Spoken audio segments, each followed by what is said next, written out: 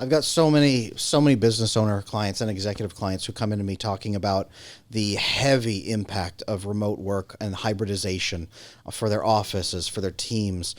Two main components that I see with this that they complain about and they tell me, look, this is tearing my team apart, is number one, how easy it is for conflicts to spark among their team because you can just go off at somebody over a screen in the way that you might not if you were in the office. So they've experienced many of their team, their staff having fights and disagreements that they haven't really hardly seen before.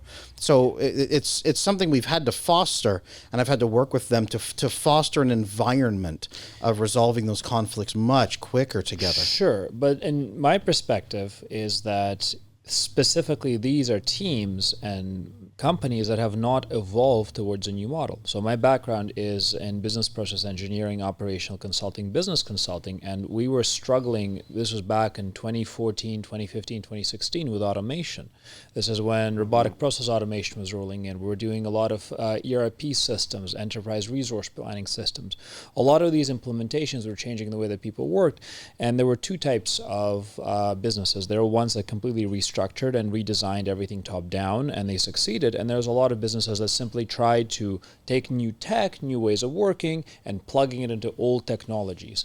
And the analogy we used usually was like, if you're switching from a horse-drawn carriage to a car, you need to learn how to drive a car, not drive it like a carriage. Right? There's entirely a different mentality and operating model.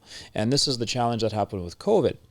Everything had to change. Your management structures, your operational processes, your recording systems, your everything. So for me, when we were starting, so basically I switched out of consulting in 2018 when I went to work with Dr. Jordan Peterson, who had to build his business from scratch, entirely digital. There was not a single in-office component except for a very short stint, and that was our least efficient time. Like I think it was like 4 or 5 months we used an office and we went away from that.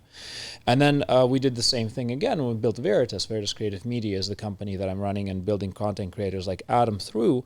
And our team is entirely digital. Like we are about 20 to 25 people worldwide, everywhere from Japan to Denmark to Egypt, like all over the place, US, like Mexico. And it's actually working fantastically for us. Like the efficiency of a digital relationship that's built on a proper format is so high. I've never seen this in an office. We're producing more content than giant conglomerates, and I'm not going to name any names, but giant media conglomerates. When we meet with them, they go, "How the hell do you guys do that? Where's your who's your backers?" I'm like, "I got no backers. We bootstrap." You know, and I got to say that people who and companies who don't step into redefining those roles and also understanding the role of management in human lives, they're going to fall short because they But let simply me do ask not you have this. that. Good. So I agree with you, by the way, and you know, if you embrace the change and the opportunity, your ability to grow and scale and now attract a global talent, right? Where now someone not bound by sort of walls, we're bound by sort of talent and relationship and opportunity. Absolutely agree. But how do you replace or how do you keep that? How do you build that bond? How do you build that connection? And Ah, the client said this to me, and I wish it was my line, but it's not. I got to give him credit. He says sometimes these digital walls are thicker than the actual concrete walls in the office, specifically with humans, right? That intrapersonal relationship, right? Now, I mean, thoughts? evolution. I'll give you this perfect example. And I'm very glad that you asked the question. If you allow me, I'm going to go into a short little narrative. So please bear with me, Greg, and bear with me, Adam. But let's tell a little bit of a story behind Veritas specifically as an entity. Why? Because we were building it in parallel with Adam's consultation on the principles of attachment, but attachment in business.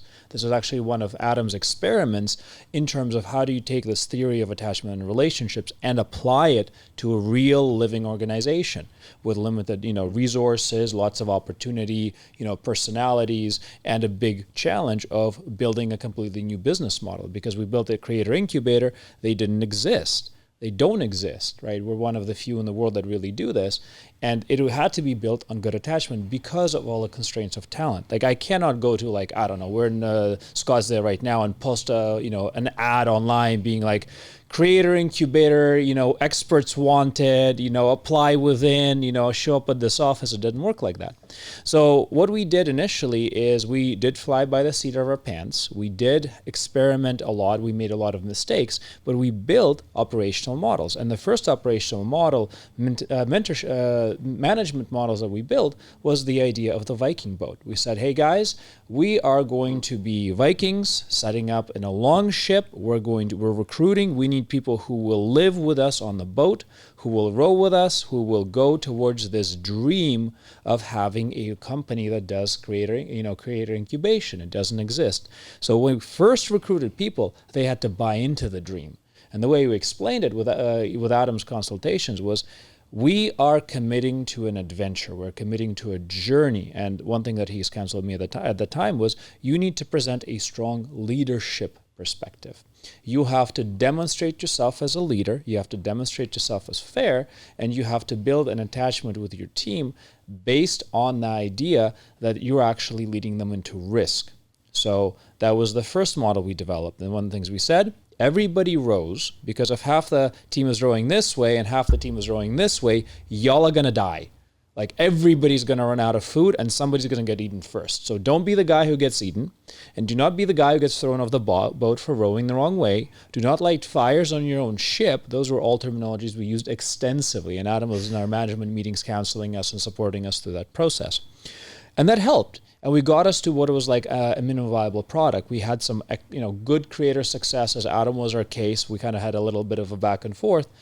And then we stalled. And we stalled hard when that model no longer worked. And that was when those digital walls became terrible. Like, I had to fire my whole team. I'll be frank with you. My business partner and I started from scratch about a year in, because the relationship we built with the team at that point served its purpose and was dead because we couldn't evolve. Like, people were skipping out of work, everything. If you like this clip, I know you're going to enjoy the full episode. You can watch it right here.